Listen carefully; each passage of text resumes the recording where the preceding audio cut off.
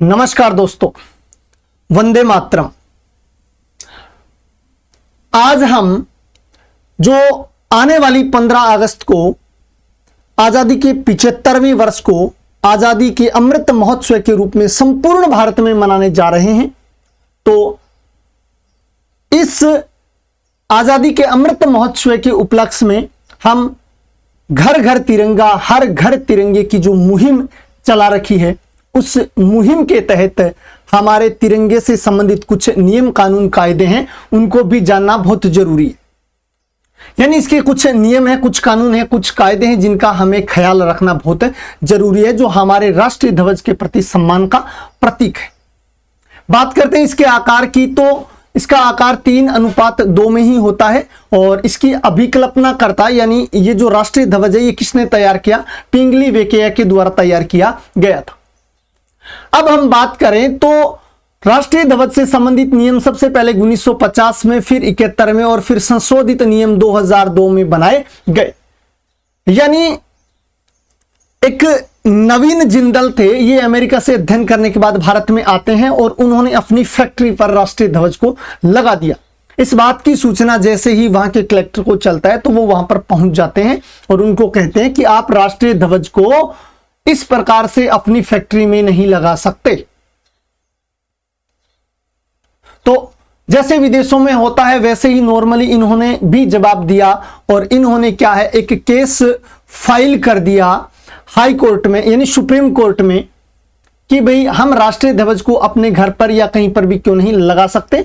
तो इसके तहत कुछ छूट देते हुए सरकार ने 2001 में नियमों में परिवर्तन किया, जो 2002 में लागू कर दिए गए। इसके तहत ही आज हम अपने घरों में भी राष्ट्रीय ध्वज को फहरा सकते हैं।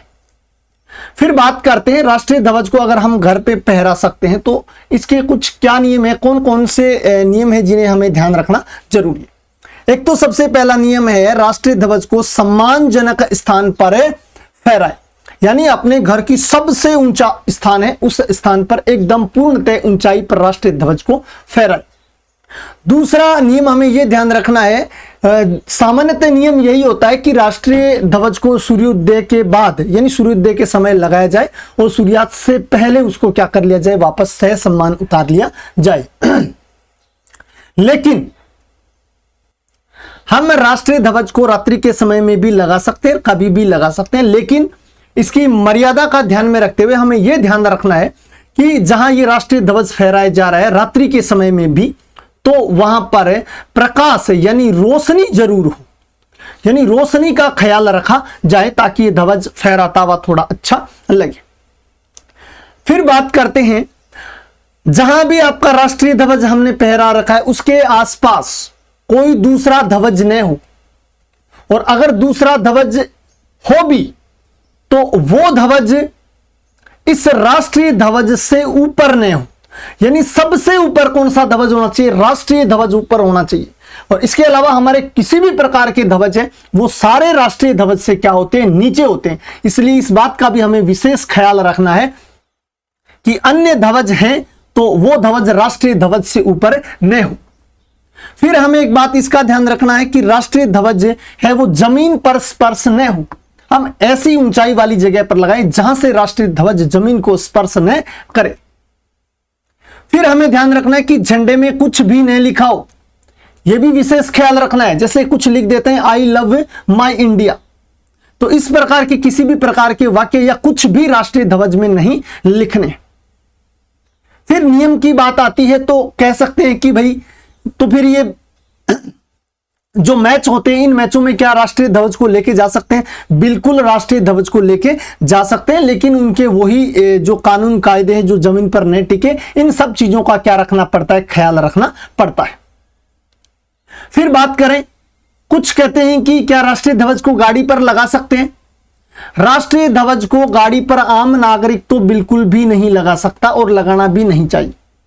कुछ विशेष परिस्थिति में देखा जाए तो सरकारी जो सिस्टम है वहां पर राष्ट्रीय ध्वज का प्रयोग किया जाता है, जिसमें राष्ट्रपति की हो, उपराष्ट्रपति हो, स्पीकर हो, सुप्रीम कोर्ट के जज हो और ये लेजिस्लेटिव असेंबली के स्पीकर हो, इनकी गाड़ियों पर राष्ट्रीय ध्वज हो सकता है। यहां तक कि एमपी और एमएलए की गाड़ी में भी राष्ट्रीय ध्वज नहीं लगा होता है।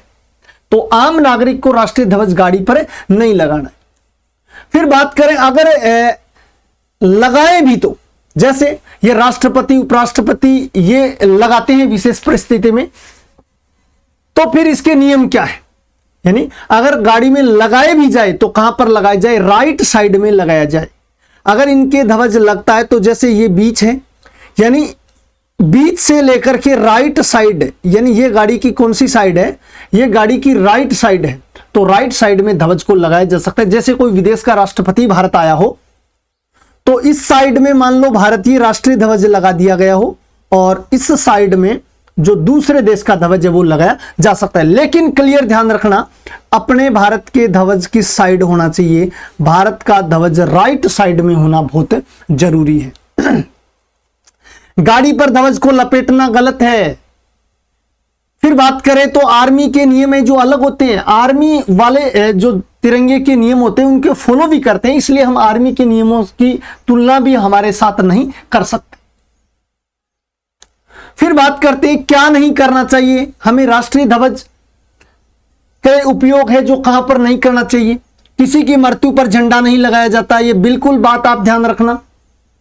केवल शहीद को तिरंगे में यानी लपेट कर लाया जा सकता है, यह बात सही है। यानी केवल जो शहीद होता है उस शहीद को तिरंगे में लपेट कर लाया जा सकता है। आम नागरिक की मृत्यु पर झंडा है वो नहीं फहराया जा सकता या नहीं लगाया जा सकता।